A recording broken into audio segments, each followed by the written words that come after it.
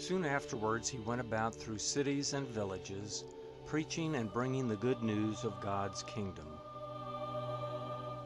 With him were the 12, and certain women who had been healed of evil spirits and infirmities: Mary, who was called Magdalene, from whom 7 demons had gone out, and Joanna, the wife of Chuza, Herod's steward, Susanna, and many others, who had served them from their possessions. When a great multitude came together, and people from every city were coming to him, he spoke by a parable. The farmer went out to sow his seed. As he sowed, some fell along the road, and it was trampled underfoot, and the birds of the sky devoured it.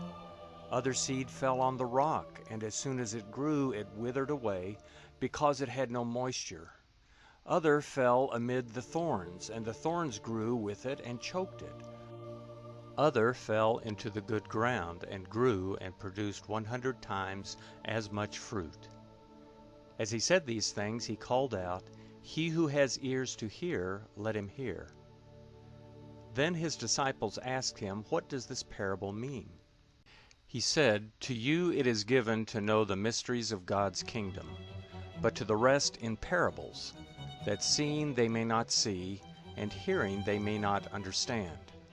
Now the parable is this: the seed is the word of God. Those along the road are those who hear. Then the devil comes and takes away the word from their heart, that they may not believe and be saved. Those on the rock are they who, when they hear, receive the word with joy, but these have no root, who believe for a while, then fall away in time of temptation.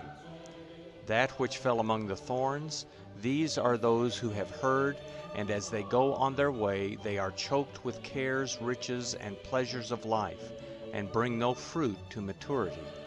Those in the good ground, these are those who with an honest and good heart, having heard the word, hold it tightly and produce fruit with perseverance. No one, when he has lit a lamp, covers it with a container, or puts it under a bed, but puts it on a stand, that those who enter in may see the light. For nothing is hidden that will not be revealed, nor anything secret that will not be known and come to light. Be careful therefore how you hear, for whoever has, to him will be given, and whoever doesn't have, from him will be taken away even that which he thinks he has. His mother and brothers came to him, and they could not come near him for the crowd. Some people told him, "Your mother and your brothers stand outside, desiring to see you." But he answered them, "My mother and my brothers are these who hear the word of God and do it." Now on one of those days he entered into a boat, himself and his disciples, and he said to them, "Let's go over to the other side of the lake." So they launched out. But as they sailed, he fell asleep. A windstorm came down on the lake, and they were taking on dangerous amounts of water. They came to him and awoke him, saying, "Master, Master, we are dying." He awoke and rebuked the wind and the raging of the water, and they ceased, and it was calm. He said to them, "Where is your faith?" Being afraid, they marveled, saying to one another, "Who is this then, that he commands even the winds and the water, and they obey him?"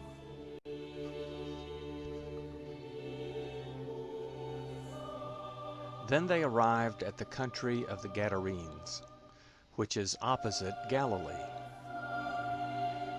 When Jesus stepped ashore, a certain man out of the city who had demons for a long time met him. He wore no clothes and didn't live in a house, but in the tombs.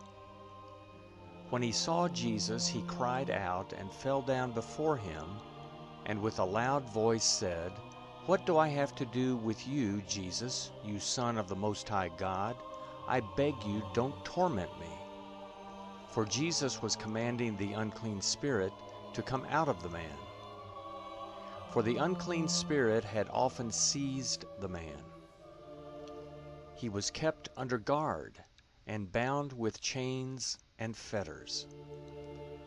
Breaking the bonds apart, he was driven by the demon into the desert.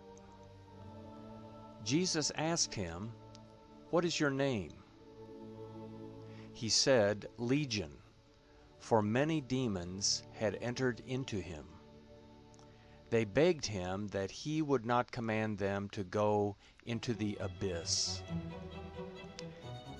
Now there was a herd of many pigs feeding on the mountain, and they begged him that he would allow them to enter into those. Then he allowed them. The demons came out of the man and entered into the pigs, and the herd rushed down the steep bank into the lake and were drowned.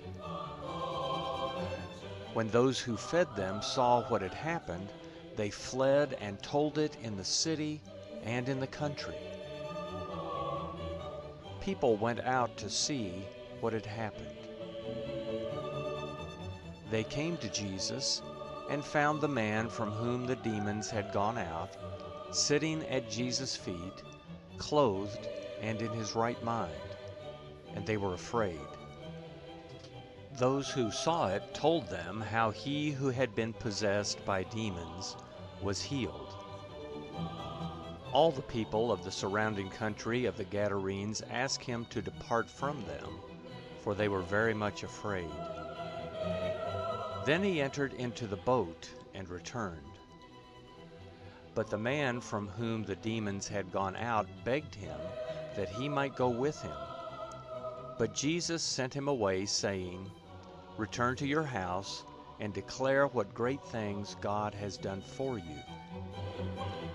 He went his way, proclaiming throughout the whole city what great things Jesus had done for him. When Jesus returned, the multitude welcomed him, for they were all waiting for him. Behold, a man named Jairus came. He was a ruler of the synagogue. He fell down at Jesus' feet and begged him to come into his house, for he had an only daughter, about 12 years of age, and she was dying. But as he went, the multitudes pressed against him. A woman who had a flow of blood for 12 years, who had spent all her living on physicians and could not be healed by any, came behind him and touched the fringe of his cloak. Immediately the flow of her blood stopped. Jesus said, "Who touched me?" When all denied it, Peter and those with him said, "Master, the multitudes press and jostle you, and you say, 'Who touched me?'"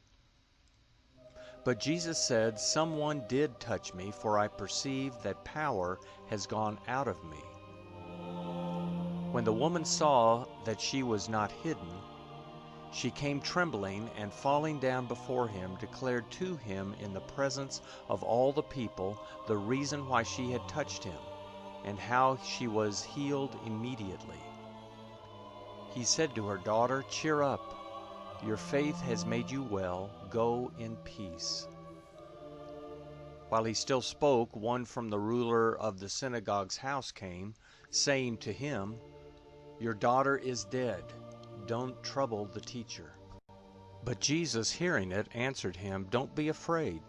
Only believe, and she will be healed." When he came to the house, he didn't allow anyone to enter in except Peter, John, James, the father of the child, and her mother. All were weeping and mourning her, but he said, "Don't weep. She isn't dead, but sleeping." They were ridiculing him, knowing that she was dead. But he put them all outside, and taking her by the hand, he called, saying, "Child, arise." Her spirit returned, and she rose up immediately.